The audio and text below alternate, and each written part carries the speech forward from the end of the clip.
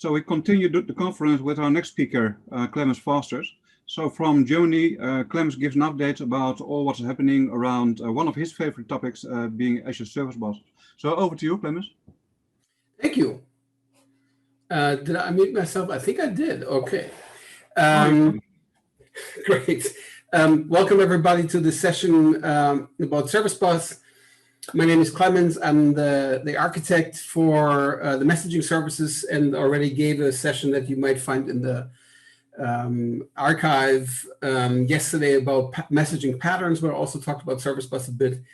And I'm sure you've heard about Service Bus during the show already, so I will not try to teach you Service Bus. I'm going to give a brief overview in a moment, but I will talk about update. I will talk about new things that we recently shipped, and some of the things that we are about to ship, and some things that we are working on. And I will also give you some sneak peek on some work that is in flight, but that you will surely find interesting. So these are all things which are have been delivered or will be delivered within the next few months.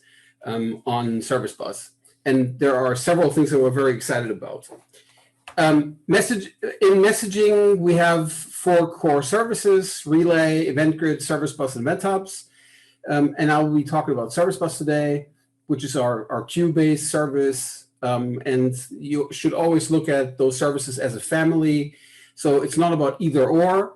Many customers use certainly Service Bus and Event Hubs together in applications, and also complemented by Event Grid. And those services also integrate with each other, and you'll see more and more of that integration. So it's never an either or, but it's always depending on the pattern of the arrows in your architecture diagrams, you will use the appropriate service for the respective connection.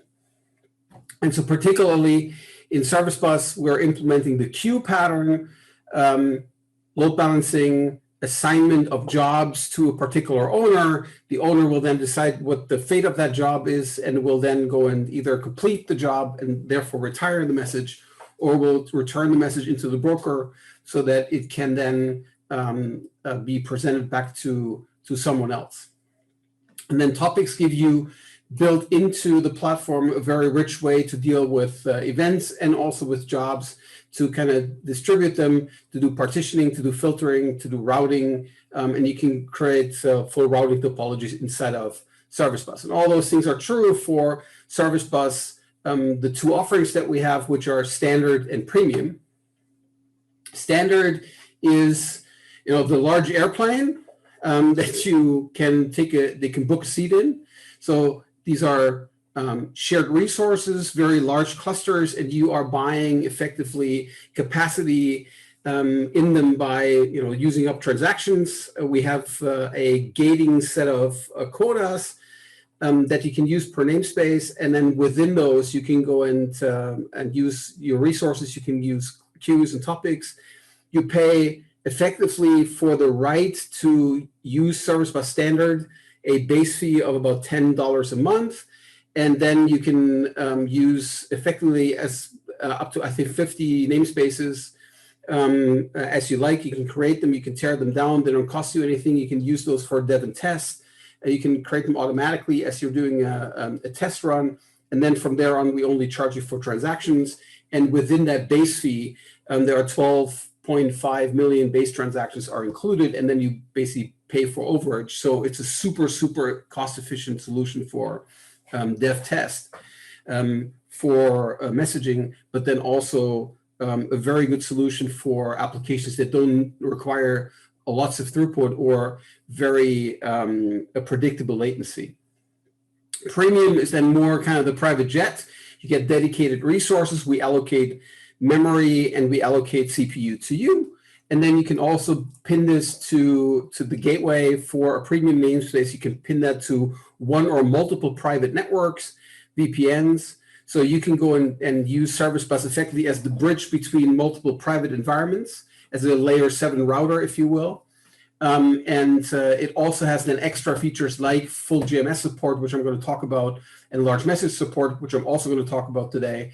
And there you pay not for transactions, but you really pay for capacity. You pay for the memory and the CPU and the I/O transactions that we reserve for you. The first thing I want to talk about is specifically for Java developers and application developers who are configuring platforms that are built on Java. And it's a bit of an odd topic because in Azure, we have more or less progressed to treat all the programming languages as equal with Python and Java and JavaScript and C# or .NET languages in general. And so it's a little bit odd to go and talk about Java in particular. But the fact of the matter is that many of our customers who are bringing workloads to Azure have particular interest in Java. And JMS is the most successful universal API for messaging. And that is almost, it's very often called a protocol, even though that's not correct. It's just the interface. But it's so prevalent that supporting JMS is something that is effectively table stakes for any messaging platform. And on Service Bus Premium, we now make JMS available. More precisely, we have added full JMS 2 compliance, and we've shipped this at the beginning of this year. So in finance, in retail, commerce, government services, most of the customers that are coming to us, enterprise customers, have very heavy investments in Java and are running most of their enterprise workloads in Java. So therefore, we have decided that we want to not only make them somewhat compatible, or really become as compatible as we can to the core spec of JMS. Not all brokers are really completely compatible with JMS 2.0, but we've gone as far as we could.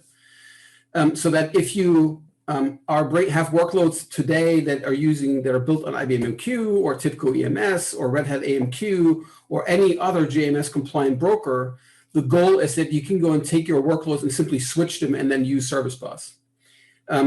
That's something we can do in Java and with JMS because there is a common interface.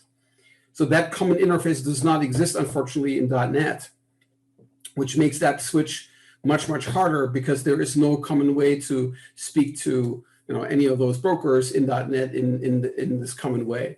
There's an interface called Apache NMS, which is something that's an effort that's been started by, I think, Red Hat a while ago, but hasn't really progressed much, and which is effectively modeling the same interface for .NET. But there is, of course, alternatives. I'll name them here in the form of like Mass Transit and Service Bus and other frameworks that are providing a somewhat similar experience, even though not quite as direct as JMS on .NET. And we've also decided to include effectively starter documentation for Service Bus for those frameworks. So you will see that pop up in the Service Bus documentation fairly soon. And if anybody has kind of the same kind of abstractions for other languages, then we'll be happy to talk about that and also include that in the documentation. But those are the most popular ones effectively that are being used in .NET. If you the customer is coming, if you are coming from IBM MQ, TIBCO EMS, Red Hat AMQ, or some other JMS broker, may that be ActiveMQ or RabbitMQ, and you're coming through JMS 2, and you're coming to the cloud, you'll find that Service Bus is more available, more reliable, more scalable, and at the same time, vastly more cost efficient than any of the brokers that it currently run. And that's something that most customers who come to us observe in a similar way. And we see vast movements of workloads from on-premises data centers into Azure, which are largely unchanged, which means customers bring their entire VM stable of VMs and just effectively create virtual networks and install the software as is, more or less, from the data center onto Azure. but then they go and effectively leave their message brokers. They want to leave their message broker infrastructure, which they have on premises, behind, and switch to Service Bus as an alternative broker as the first PaaS service they adopt. So that is emerging to be a very common pattern, that in lift and shift, even if you don't change the workload much, that the desire is there to adopt Service Bus as the core message broker, as a PaaS service. And that's also what has been driving us to invest in JMS compliance. Full compliance is a huge hurdle for any broker. There are not a lot of brokers which are fully compliant in the way that we are. And we wanted to do this in a way that is not only beneficial to JMS customers, but really benefits the entire ecosystem. And not only the Service Bus ecosystem, really, but the entire messaging ecosystem. So we did a fairly complex setup here. We worked with Red Hat in particular in the AMQP technical committee in Oasis to build 7 complementing specs for AMQP. So AMQP, the core AMQP spec has not been touched, but we've been effectively extending it. There's now a common addressing model. There's now a common filter model. There's now a common way to deal with connection uniqueness, which is a requirement for JMS. So a number of enhancements, complementing capabilities, which were necessary to really be compliant with JMS. So we worked on those together. And then we started working with Red Hat, supporting them and also consulting with them on the Apache Cupid JMS provider, so that not only are we following the model of JMS in the way that there is an interface, and that's the same between, let's say, IBM MQ and Service Bus, but we are sharing the code for the JMS provider with 2 other brokers, and that is ActiveMQ, and that is Cupid, and then Service Bus. So Service Bus and Apache Cupid and ActiveMQ are actually compatible at the wire level on the basis of AMQP, based on these AMQP, on the base AMQP spec and those extra little extensions that we built together.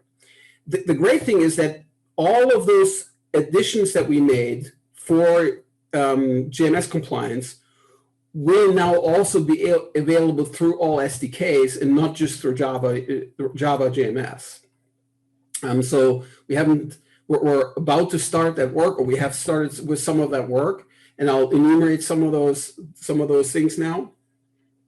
But and that's something that is started motivated by this legacy API, if you will. But it's really an investment that we made in the future, and you're seeing the first glimpse of that in the JMS support. So when I'm saying, as the subheader here says, it's the biggest single feature update since 2011, that is the truth. We just added a whole host of new features to Service Bus, but not all of them are visible through the native APIs just yet, because we launched them effectively with the JMS support. So what did we add? You have temporary queues and topics, which are named by the server, and they have exclusive receive access by a creating party, which means a client can now go and just start creating a temporary queue, and the temporary queue is then automatically affiliated with that client. Nobody else can receive from it. And then the lifetime of that temporary queue is constrained to the lifetime of that client. And in the first step, that means the lifetime of the connection, but keep that in mind because I'm going to get back to it. So that's what the automatic cleanup means. So you create a temporary queue, you can go and take the address of the temporary queue and can make this the reply to address. So you can go and automatically create a thing in the API without having to go through Azure Resource Manager. You simply go and make an AMQP gesture, and then you get a queue back, you get a queue address back, which has been assigned to you, is guaranteed to be unique, and you can use that as a reply to address into your own process. The same is true for topics. On those topics, so on those temporary topics, as well as on normal topics, which you can also create now by effectively just attaching a link, creating a receiver into a service bus, you can now go and create ad hoc topic subscriptions. So if you're familiar with the way how, for instance, MQTT works, there's a topic and you simply go and create a subscription which immediately causes the messages to flow. You can now do something very similar on Service Bus, where you don't have to go and pre-create a subscription through Resource Manager or through a management API, but you can simply start receiving, if you will. You can simply open up a listener into a topic, and that will then deliver messages back to you. And there's multiple types of these subscriptions, so that you can go and create a completely volatile subscription that will clean up and go away when you are disconnecting, or you can create a subscription which is also private to a particular client with a particular ID, but that can actually go and transfer over to another machine, so that nobody can go and steal your data, but you can go and fail over to that particular machine. We also support, and that's something that we are required to do for compliance, the JMS message selector syntax. We have that allows you to have direct portability of filter expressions that you may have embedded in applications. So there are several aliases in JMS message selector syntax for instance, the JMS underscore message underscore ID, the message ID. So all of those abstractions are now also supported. And one of the cool things about message selector support in the JMS API is that you can do conditional receives also from queues. So with adding that support, our queues in Service Bus now also support those conditional receives. You can go and create a receiver on a queue. You can give it a message selector, which means a SQL expression, and then you will only get those messages which are eligible per that message selector from that queue, and you get that without head of line blocking. That is effectively the same functionality that we have for sessions today. Sessions are faster than this, I should say. So that you can go and effectively use demultiplexing, or you can go basically just pick out messages from a message stream from a queue without having to split it into a topic. And that is still, you don't get copies, but you basically just get the individual messages out. So that's something that is not the fastest feature in the world, and something that we will advise you to use fairly sparingly, but it's a cool feature nevertheless. Another thing that we also have done, and that's something you'll see percolating through the other APIs, is that we've revised the way how we do transactions. So today, in our current APIs, there's a mechanism to use what we call send via for realizing transactions, and you have to do this explicitly. So the way how this works today is you choose a primary queue, which is your transfer queue, and you can go and pull messages out of that transfer queue, and then you can go and send messages as a result of that transaction via that transfer queue into the target queue where you want. But the transaction is all focused on that one entity, because we can only make transactions happen on one log. That has been somewhat confusing, and it's also not working at all with JMS, because JMS has a notion of transactions that go across entities. So we've made protocol changes that allow to make this transfer model that sits under the covers go away. And so we have a set of rules. So you start receiving from one queue, and then you can go and send to any number of other queues within the scope of a transaction, and commit this atomically as if you had sent to all of them. And under the covers, we're doing this transfer model via this lead queue magically, so that we can go and guarantee that atomicity at the broker level. So you get normal looking JMS transactions, and the result of that is that you will also get completely normal looking transactions in .NET and all the other native SDKs down the road without having to worry about this via mechanism. We basically just optimize that away. What is the effort for JMS? You take effectively an existing application, and then you take the Azure Service Bus JMS Maven package or the Spring starter for Azure Service Bus if you're running on Spring. You change the configuration or the app properties for Spring to set the Azure Service Bus connection string, and then you can go and use Service Bus. So practically speaking, it looks like this.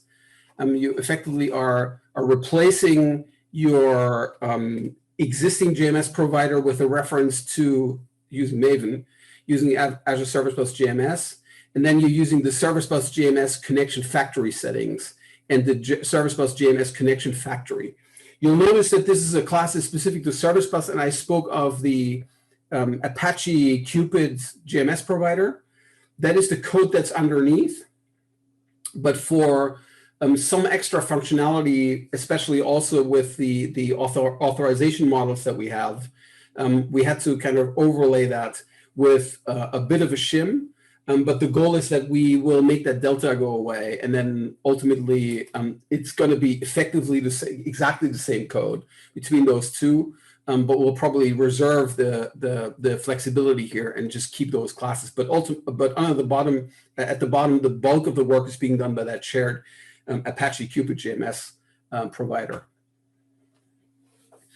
So switching away from Java and Java JMS, in case you missed it, we also shipped in November, so a little earlier than that. So that's about half a year ago, a little bit more than half a year ago, the fourth generation of the Service Bus API, fully integrated with the Azure SDK. The most exciting thing that for me is in the kind of work that I do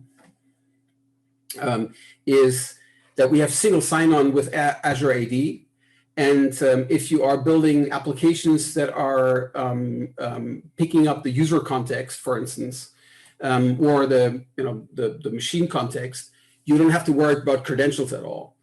So the only thing you have now to go and configure is really the endpoints for Service Bus, only the addresses, and then all the credential stuff goes away. And you'll also see this in the API, reflected in the APIs. We're making the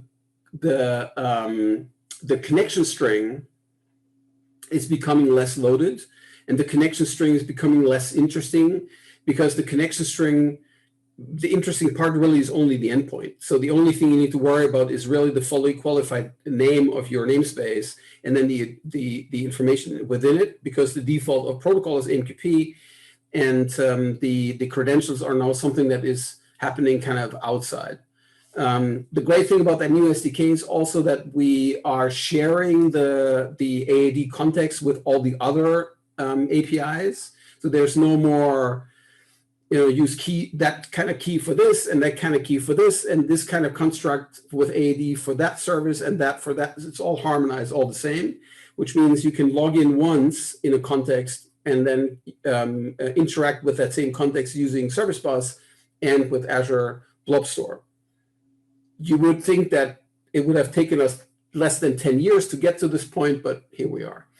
So I'm glad that we finally got to the point that we have this harmonized. So one user login, and then you're only dealing with the resource names. In those new SDKs, we also did some alignment of terminology. For instance, we have a message property that in the prior SDKs, which is called label for a message. The name label actually stems from MSMQ.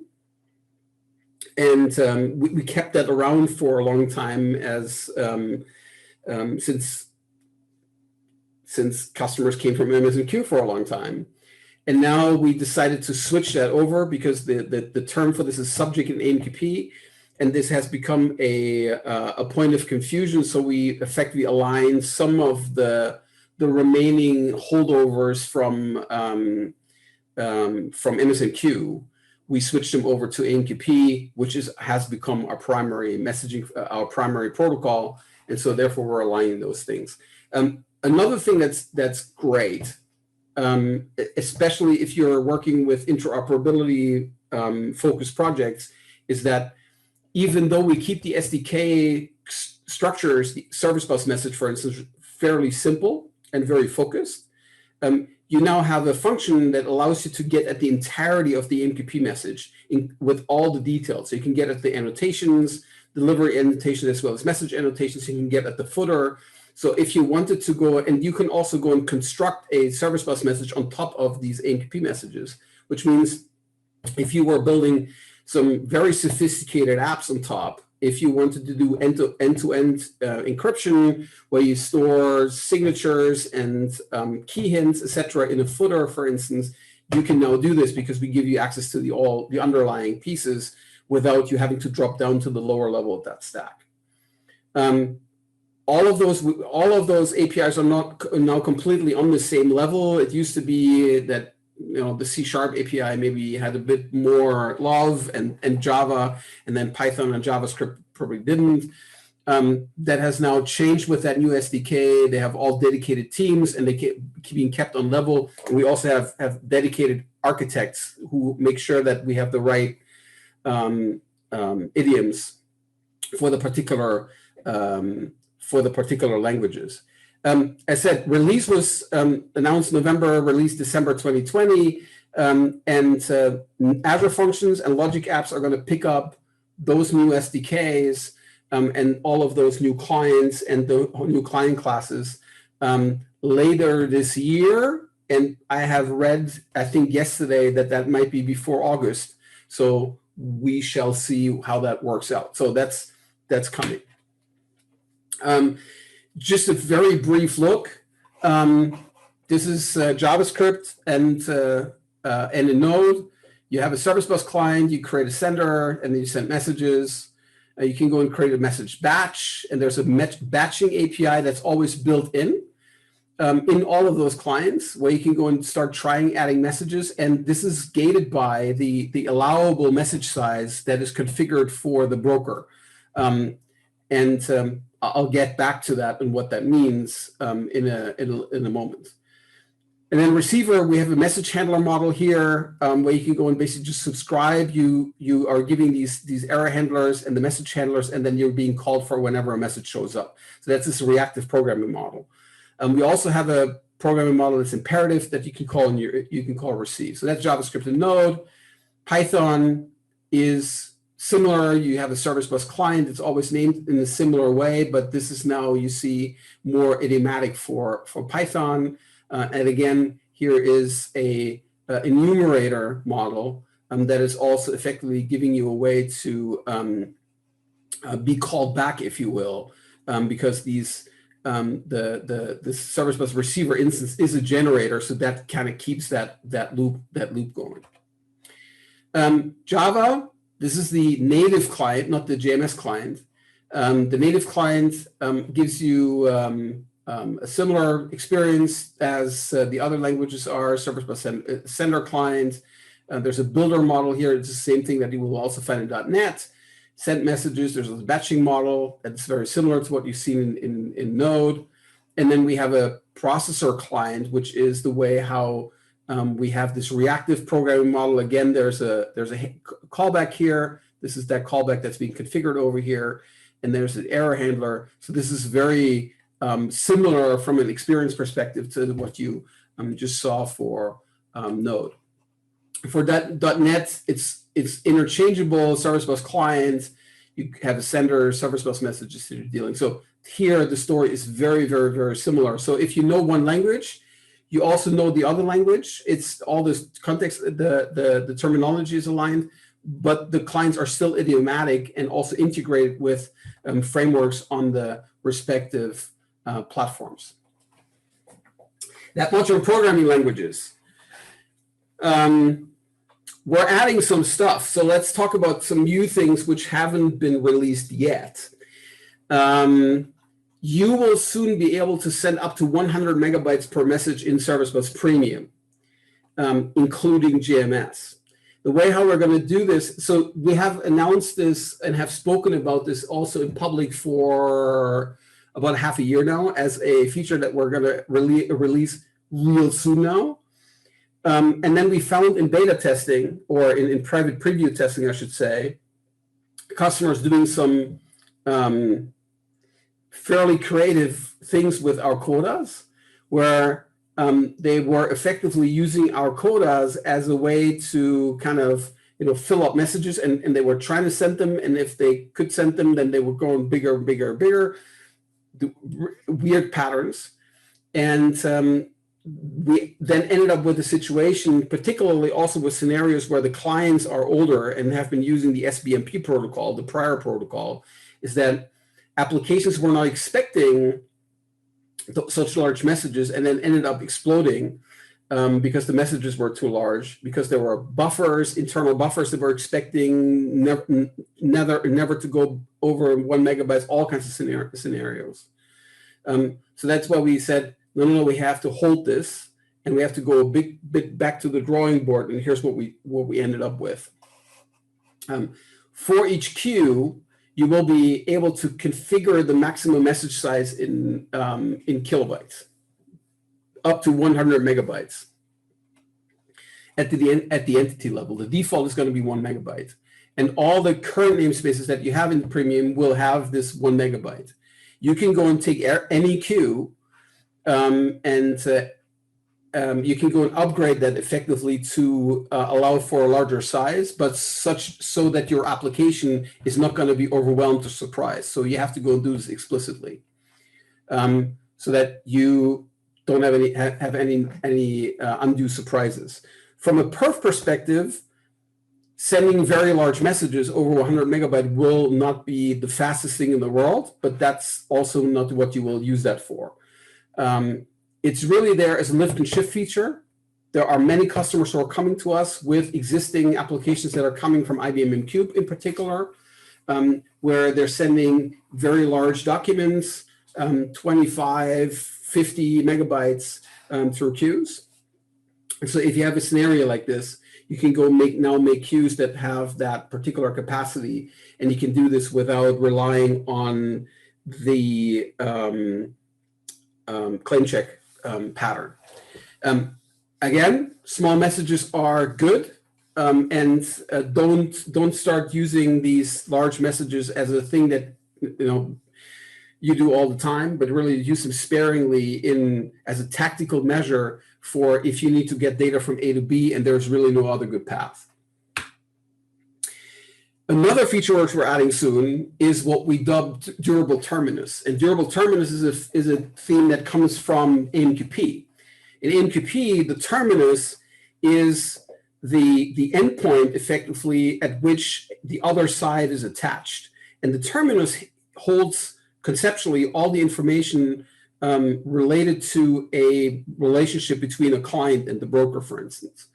And that includes all the messages and the state of the delivery state of the messages that have been assigned to that particular client. Today, with our broker as well as with most other brokers, it is so that when the connection drops out, all the state that has been associated with that connection is gone. That means that if you have a message that you got and you have under a lock, and you're working on that message, and now the connection drops out, that message will be, as soon as the broker detects that the connection is gone, the message will be released on the broker side and then maybe assigned to someone else. And then you as the client will only know this once you've tried to complete the message, but then run into a failure because the connection dropped. That behavior is okay, or has been okay for very long, because we were dealing with VMs and we're dealing with very stable connections. And if you have a connection, a TCP connection within a data center, that TCP connection is typically very reliable, and you can keep that alive for a very long time if you do a little bit of traffic. With containers, with sandboxes, specifically with Kubernetes, and even more with service meshes, we've now put tons of layers and indirections and layer 7 stuff between the broker and the client, so much that connections break all the time, which means that it's poison for the reliability of your application. So what we will do with durable Terminus is we will make those connection drops completely survivable. We are effectively abstracting, we're using the existing AMQP model for this. We're allowing for connections to drop out under a link, for that link to continue to exist. And the clients will automatically reconnect and effectively rewire the link without you even noticing. That means that all the in-flight work that you have, all the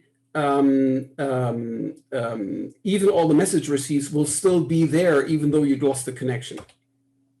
So if you are on a congested wireless LAN or LAN connection, if you are in a container, if you are behind a service mesh, if the NAT reboots, if any of those things happen, then the SDKs will be able to silently recover the connections under the covers, and will then effectively reconnect the links that have been established. And all that link state will be saved in the server. That also means, as a consequence, that message locks that we have today, which you have to renew in Service Bus, that renewal will no longer be necessary, because the message lock renewal really exists for the disconnected model as you have it with HTTP, and then also exists for the model for where we can go and drop a connection occasionally. And then we need to have a timer effectively to deal with those connection drops. By making those links more reliable, we can omit those renewals, and we can make this completely dependent on the lifetime of the link. And we will also then associate policies with the lifetime of the link. You can choose whether you want to have an expiration on your message logs, or whether you want to make them effectively live as long as the link lives, and you want to make it explicit for those links to go away. You can make a message processing work. You can make that last for 4 hours if you need to. And we have some customers who actually need to have those very long processing times. So that's something you'll be able to do with a new SDK once we added the feature. That's something we're working on today. And operations will no longer fail on lack of connectivity. If you have a send operation or if you have a receive operation and the connection dropped out, unless you have a timeout, it will simply not complete and wait for the connectivity come back. And ongoing transactions, so this also spans the transactions, that will also not fail, because we can go and also repair effectively the entire transaction state on top of those broken connections. So this is that's work that we're doing, and it's pioneering work. There's no other broker, even the AMQP brokers, which does that, because we know that this new world with containers and service meshes and sandboxes, etc., is far more brittle. But we want to provide world-class reliability, and so therefore we need to go and do the work to make the connections effectively survive. And then a further topic, and that's also coming with news, is federation and replication. We added at the beginning of the year fairly extensive guidance to both Event Hubs and Service Bus for how to deal with multiple sites, deal with replication, and because we have very, very many customer conversations that start with, I want to have a backup of Service Bus data on another site, and then end up in a discussion that is really about active-active, because the case that an entire Azure availability zone region dies is not as likely as connectivity from some site to that data center failing.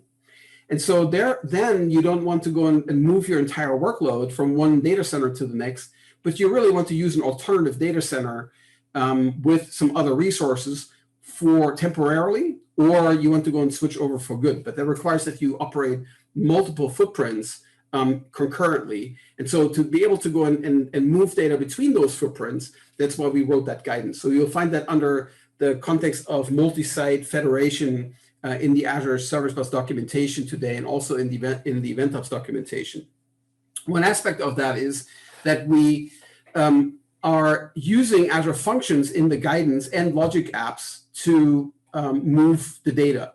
And the reason for that is that we also observe that there's a lot of scenarios where you need to go and do a touch-up of the message, or where you want to go and do a little bit of transforming, or where you want to go and consolidate, where you want to go and transfer from JSON into protobuf, or from protobuf into JSON, where you want to do a little work on those messages.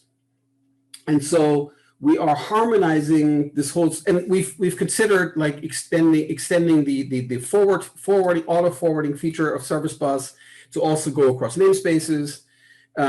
We've considered numerous other options, and then we landed on a very fine replication engine that we already have, and which is really well tooled, and that is Azure Functions and Logic Apps V2. So all the guidance is focusing on how can you go and build a very smooth replication experience with those technologies. And to make that super easy, and this is something I'm going to show you now and haven't shown really anybody else yet, is we're going to put this into the portal experience in a very seamless way. So you will see, and this is not done yet, this is effectively a sketch of how this will look. This is Event Hubs, but this will look exactly the same in Service Bus.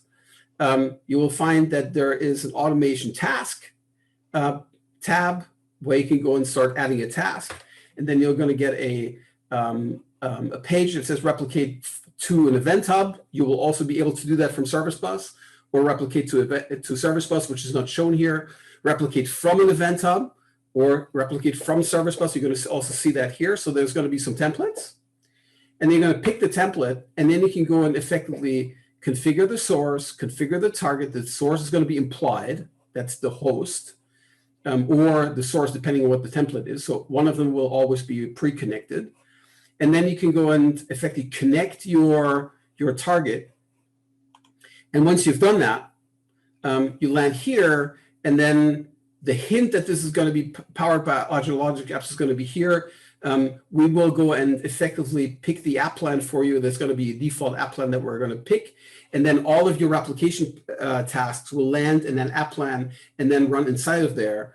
And you can go, you'll be able to monitor that with App Insights. We're going to have a marvelous visualization for those replication tasks where you can see the latencies, et cetera, as those things integrate.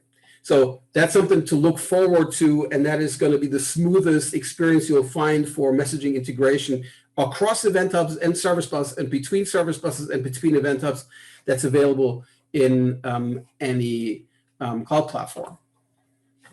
And then something else, another topic that's important.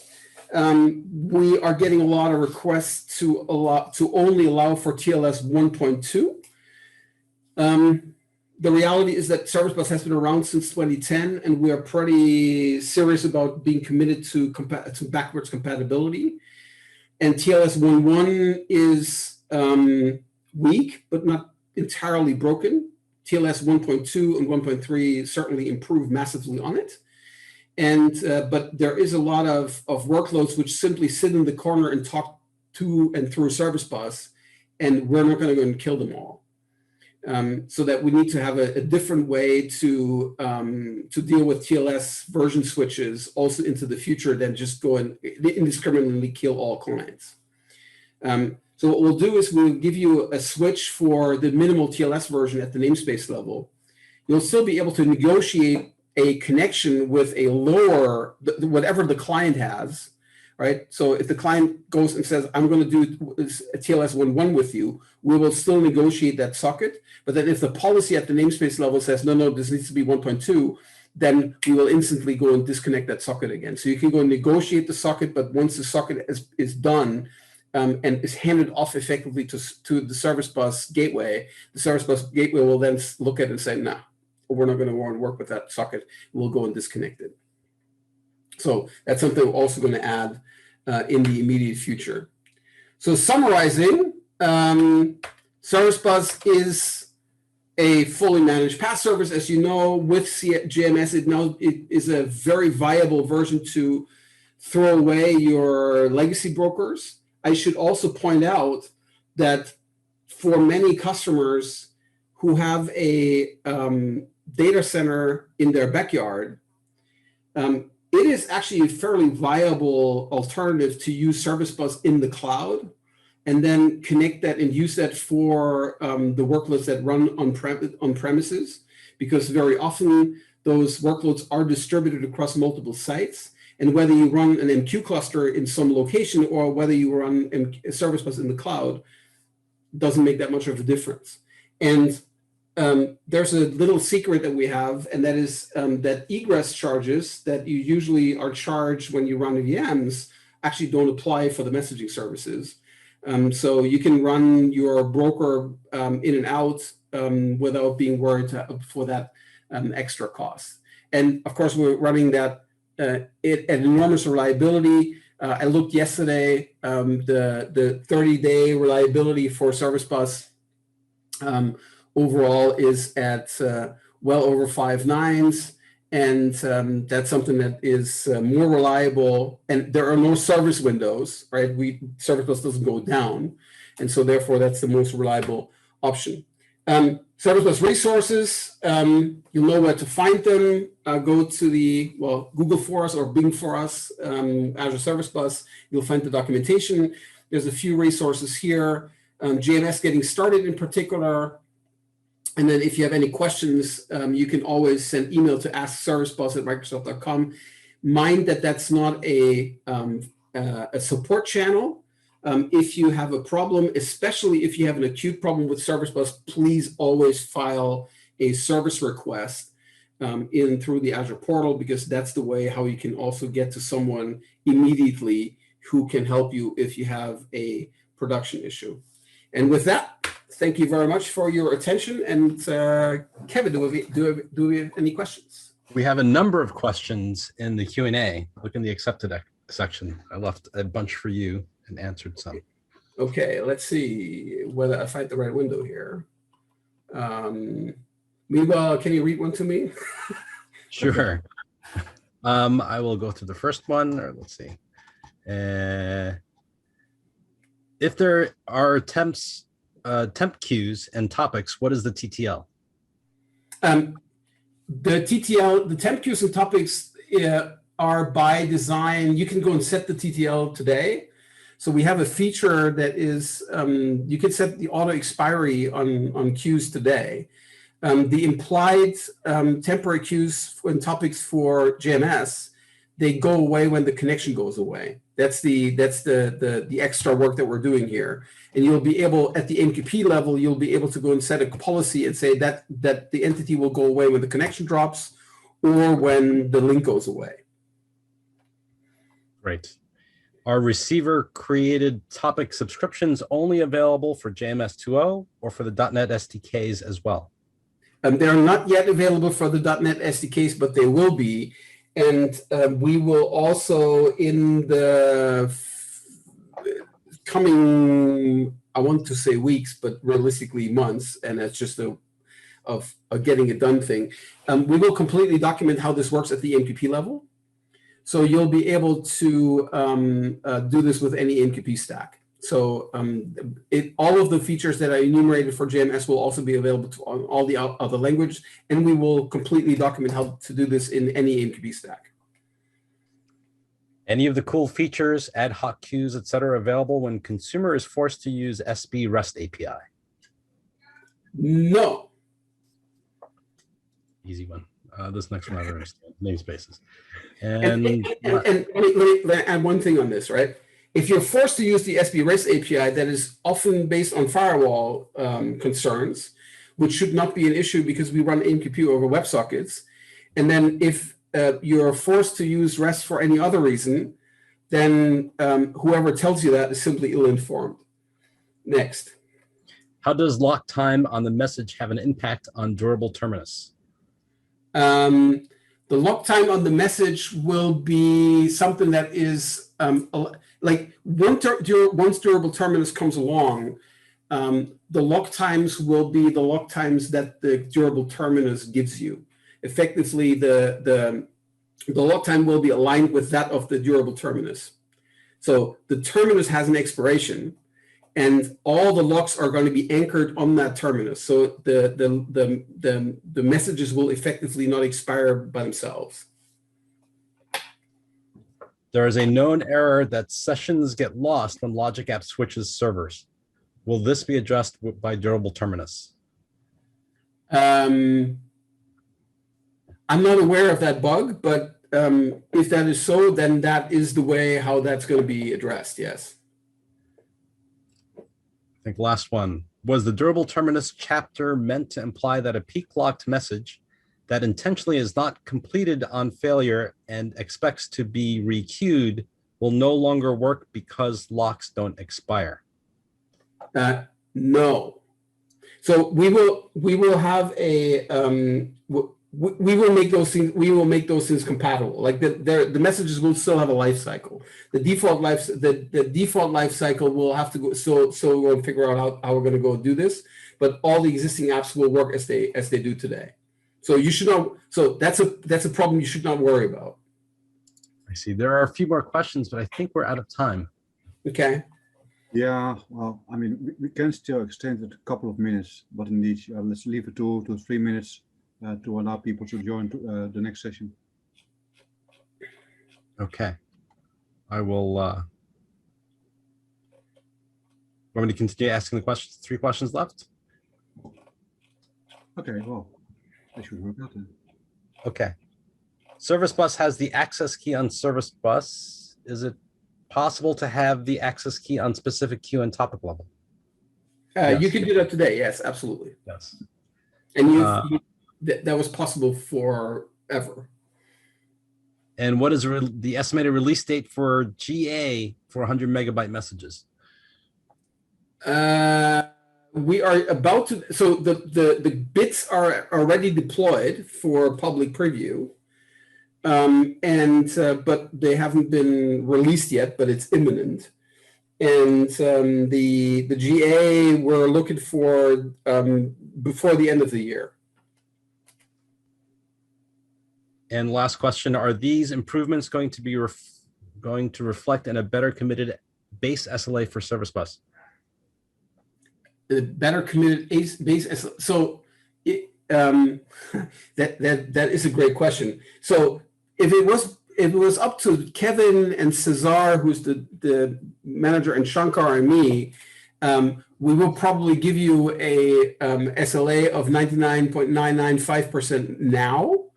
Unfortunately, the SLA is an insurance document that is crafted by lawyers and not by technologists. So we are still looking for ways to kind of surface that up and how well we're doing, so that you can make technical decisions and not decisions based on insurance documents. That's what I'll say about that. So occasionally you'll find me on Twitter leaking screenshots of our dashboards, just to give you an idea on how good the service actually is. And we need to go and find a formal way to go and surface that. But it would be very odd if only Service Bus and Event Hubs did that, and other services would not follow suit. So that's the discussion that we're having. But in general, so I can tell you what our internal goal is. Our internal goal is to run all those services at 4.5 nines.